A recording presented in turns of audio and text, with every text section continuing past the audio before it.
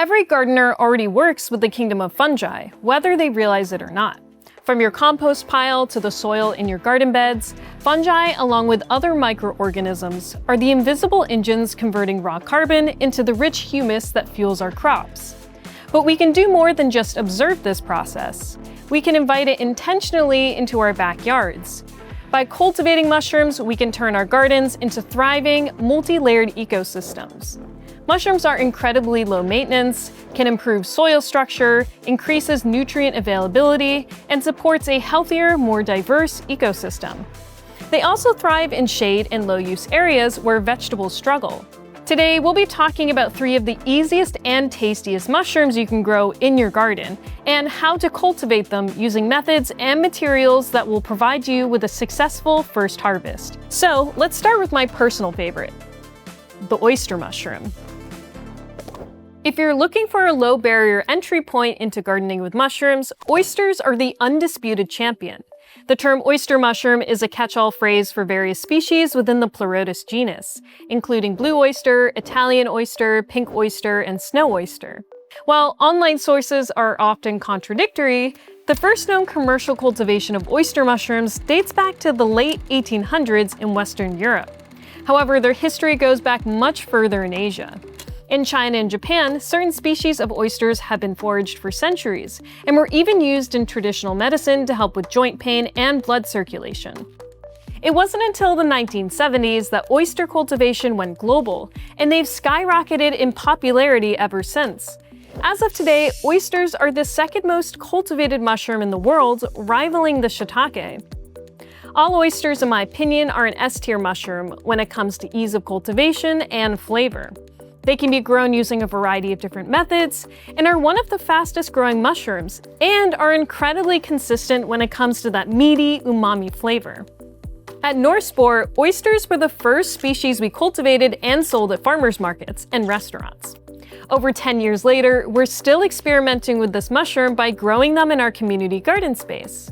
Trust me when I say, regardless of where you live, there's an oyster mushroom out there for you.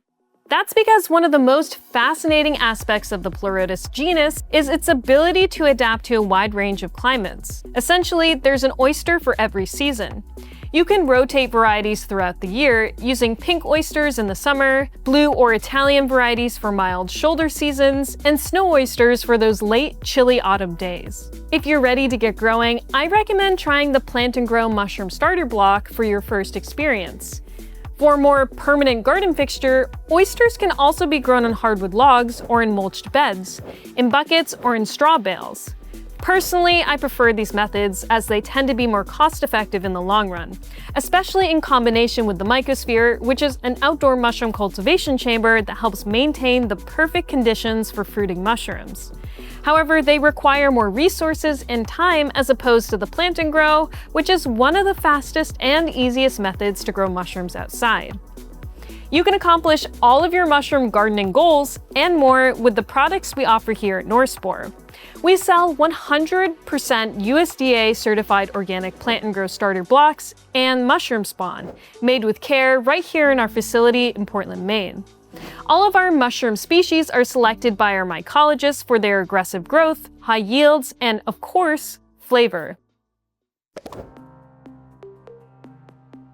Next up is the wine cap, also known as the garden giant or king strophoria. This mushroom is native to North America and thrives on hard wood chips. Depending on where you live, it's possible you've seen this mushroom growing in your garden already.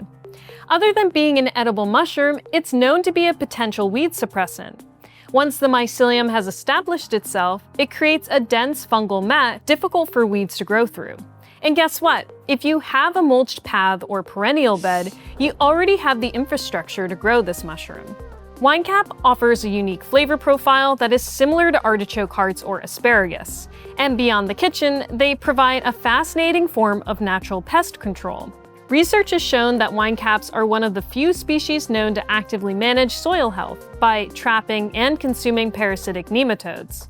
Parasitic nematodes are harmful to plant roots and lead to over $100 billion in crop losses annually. While growing winecap mushrooms requires a few resources, I still consider it to be one of the easiest mushrooms to cultivate outside. As I mentioned earlier, Anywhere you have fresh hard wood chips, you can grow this mushroom.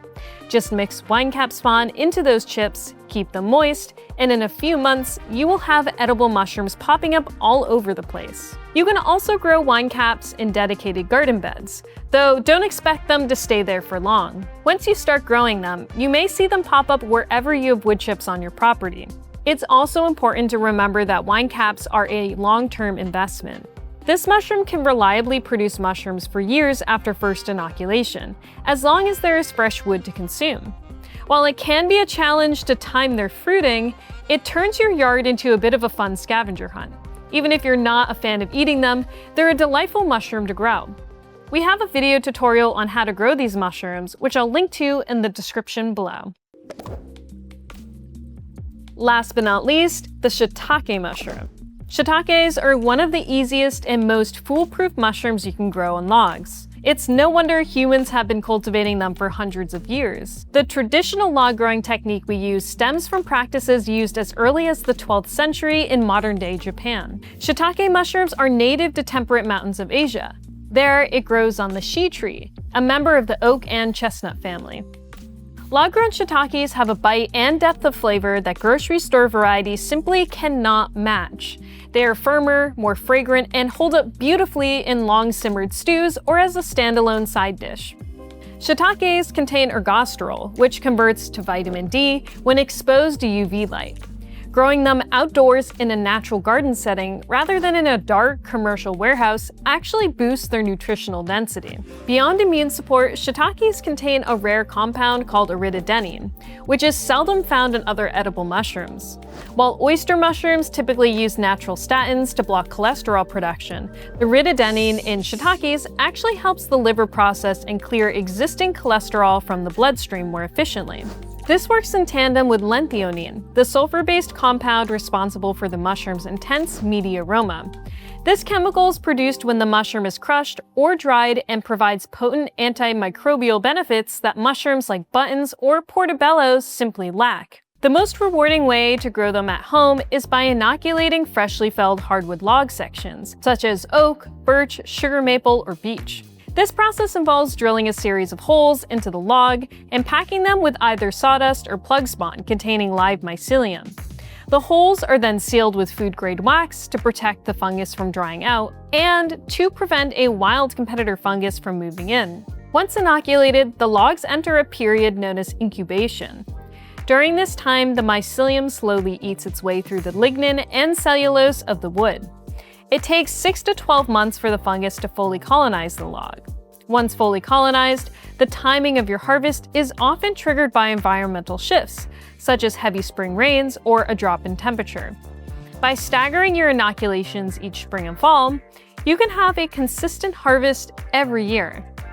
Alright guys, thanks for watching. If you have any questions about getting started, drop them in the comments below or join the conversation on our Facebook and Reddit community pages. I've put links to all of the supplies and tutorials mentioned today in the description below. Happy growing, and we'll see you next time.